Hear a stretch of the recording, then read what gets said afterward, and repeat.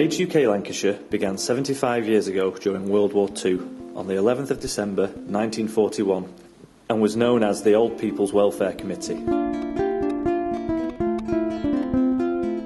The original minute book is still kept in our head office.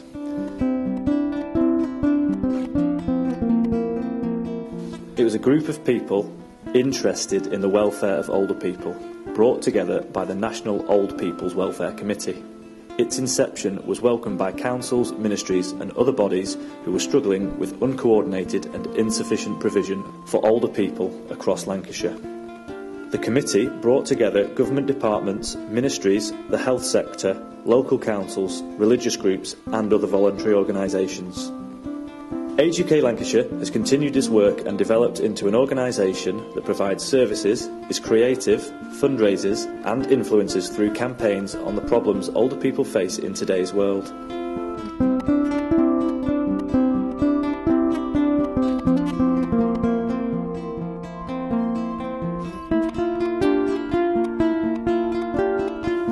Many of the issues older people faced 75 years ago are still relevant today and focus on money, health, housing, information, isolation and help in the home. Due to the war, housing preoccupied the committee. Before the war, some areas had been building small houses and flats for older people.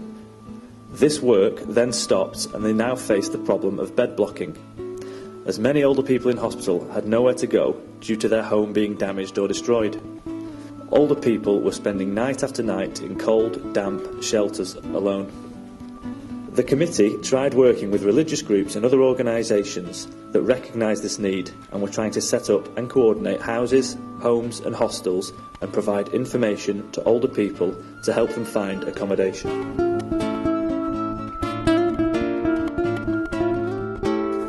In 1941, there was a pension scheme for people from the age of 70 and an additional pension where people over 65 could contribute if they had been in employment.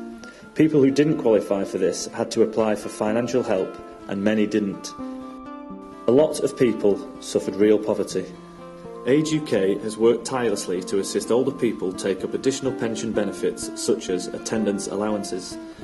We continue this work today in our information and advice service. In the 1940s and 50s, there were very few opportunities for older people to socialise and remain part of their communities. Isolation was a big issue then and remains so today. The Old People's Welfare Committee tried to bring together information about what was available for people to access. Social clubs were beginning to be developed and rooms were given for free for men's reading or women's meetings and activities. Today, at Age UK Lancashire, we have invested in our engagement department, supporting older people's groups and creating interesting activities.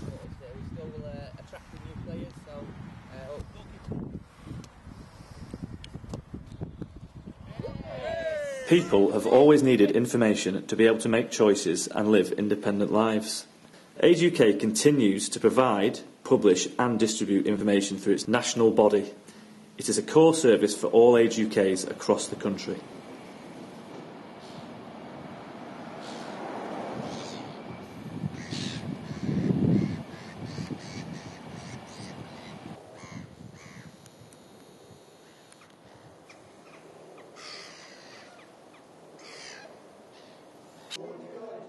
My name is Gladys Till and I'm 100 years old. I've lived in Caton all my life.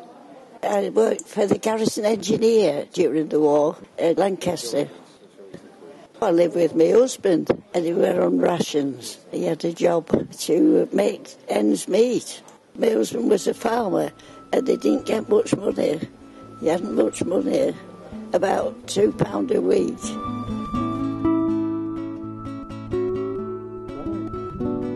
Lived in a cottage belonging to the farm.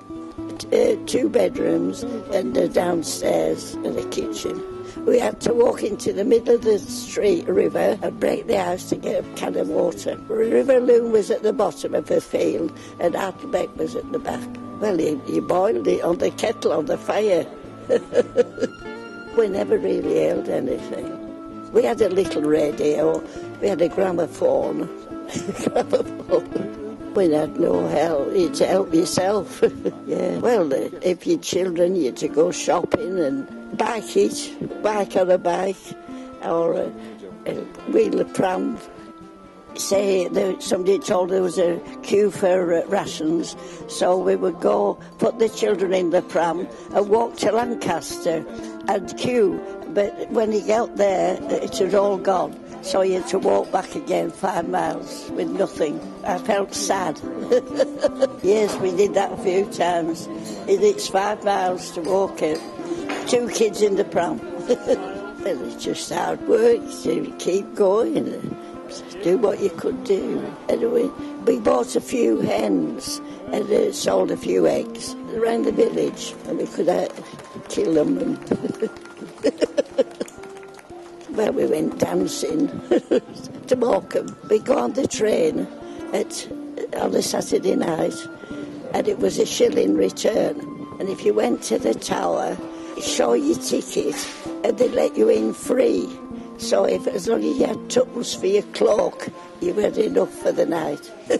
We had a long way to run for the train.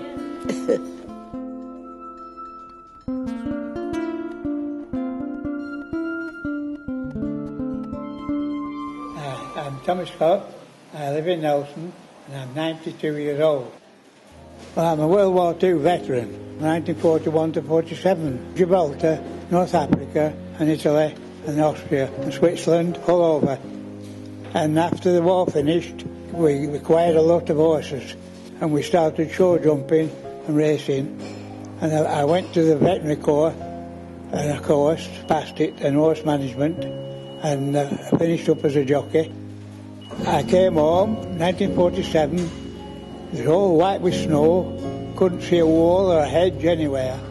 And my dad said, you better walk it over to Barley, that when you Pendle to my cousin's wife. Her husband died 2 months before, only 29-year-old. And I ran the farm till she sold out.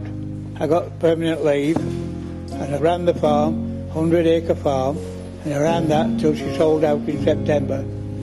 And after that, I worked at the Co-op Farms, and one night out shooting after a fox, I shot my arm. I slipped down some steps and blew my elbow out. I got married in 1954. My wife worked at Woolworths for 40 years, and I worked on farms, and I worked as a building maintenance man for AEI, big factory, you know. And after that I got a job at the town hall, caretaking, public buildings.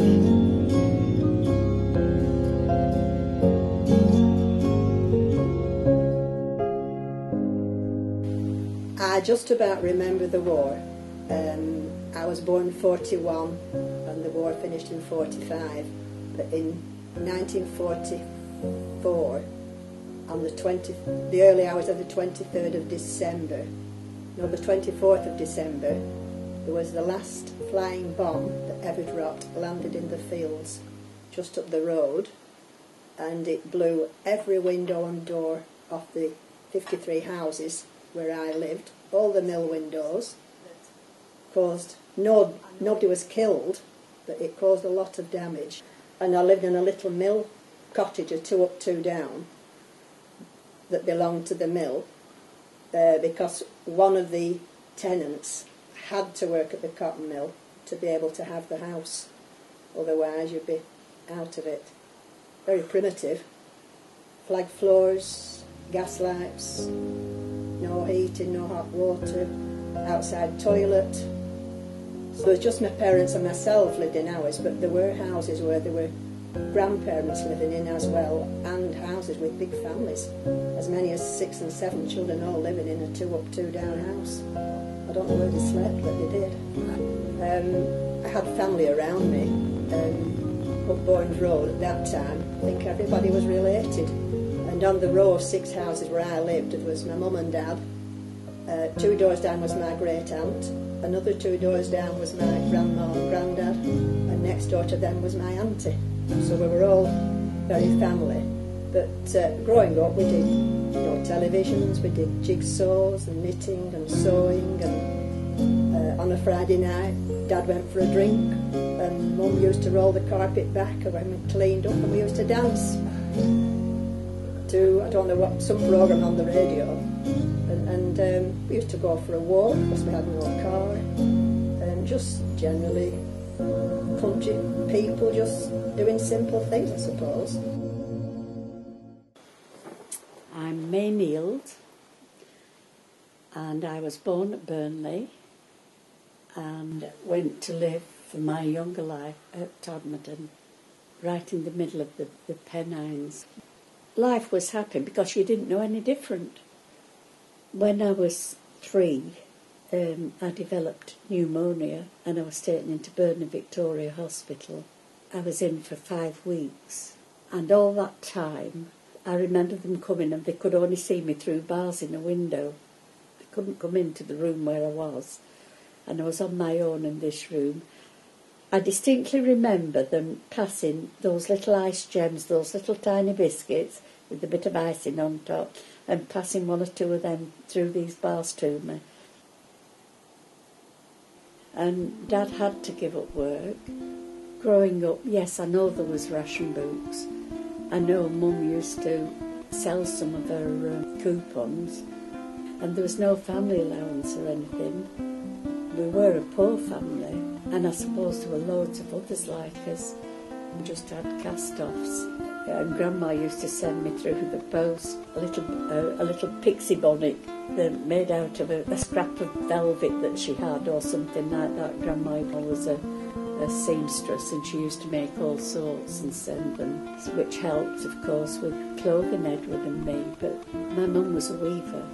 She worked in the mills, and the factory burnt down. My father worked there. He was a size mixer, and eventually they put him on a horse and cart because he used to be a farmer, and that more or less finished him off because he was out in all weathers and he never worked again. Mother had to go out to work. My father's funeral in 1952 was £40, 7 and 6.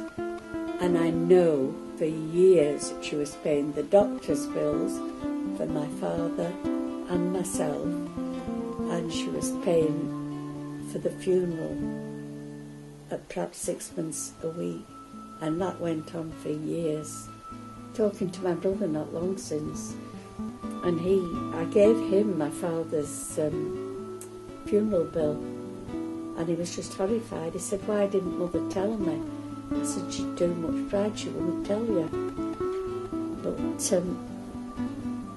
yes, that's the way things was. But like I say, as a child you don't know what's happy and what's not happy. Life just goes on, doesn't it? And you just adapt to it. Nowadays it's different, totally different.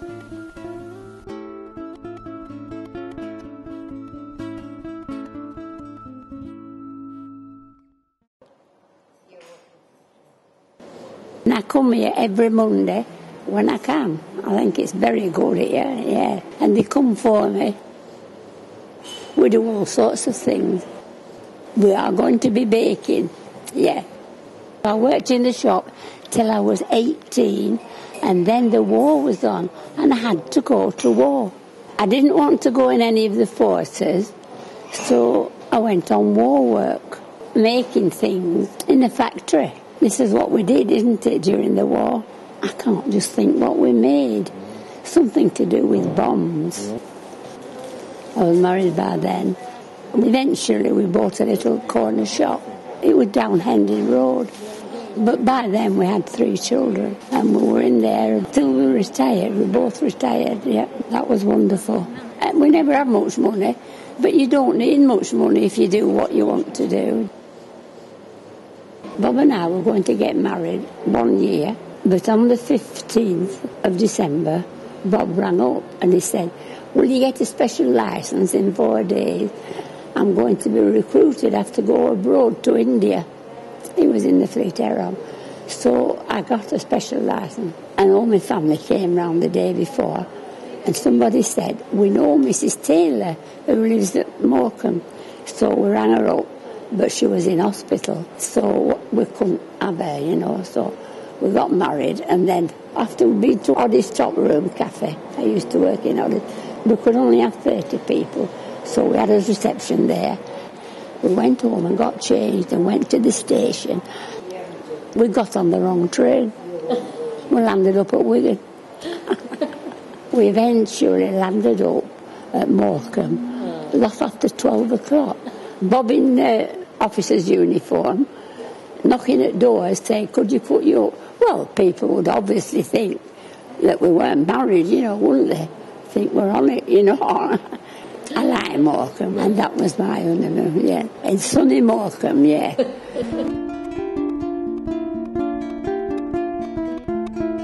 My name is Frank Charman. I'm 75 years of age. I was just born as the war started. My father was a regular soldier. He was a sergeant in the Royal Artillery, and he was training troops down on Bexhill-on-Sea, and he met my mother down there. Now, my mother was a Cockney. She was born in the East End of London. She was working in an hotel. He was a soldier. They met up, eventually got married, came up north, which is where he was from. They settled down there, and consequently I was born. Father's away all the time, but he used to look after us. A great big box of fruit arriving at the front door by lorry. My mum opened it up and it was full of, I'd never seen things like that. They were full of bananas, apricots, apples, oranges, fruit of all kinds. And I thought, well, nuts. I thought, I can't eat things like that. My mum said, get them, eat, they're good for you. There was just me and my mother, but she used to look after one of my cousins. She used to come and stay with us occasionally, and we looked after her. But what I'm getting at is everybody looked out for each other. Mrs. Beanland over the road, Mrs. So-and-so, they all made things and did bits and bobs. Just my mother looked after me, but she was also working. She worked at the munitions factory as a crane driver. Oh, there was no financial support, only what my dad sent home. You know, his wages from the army. I forget, I don't know how much it was, but it certainly wasn't a lot of money. But we got by, you know, and my mother used to, everything that we ate, she made. There was no going to the shops and buying a pizza and, you know, pies. No, she made everything. All the baking she did, she'd bake bread on a Saturday. That would last all week and probably feed half the street as well, because she was a very generous person. We had a good family. Got married when I was 22. By then, my mother had died, so my wife and myself lived with my father because he'd have been on his own, so we lived there. And he could cook and he could iron and sew. He knew all. That's what they taught you in the army. He'd passed all his certificates in the army, taught himself to read and write and everything, because he'd come out of school with no education. A very independent man, he was a soldier, and he knew how to cope, you know.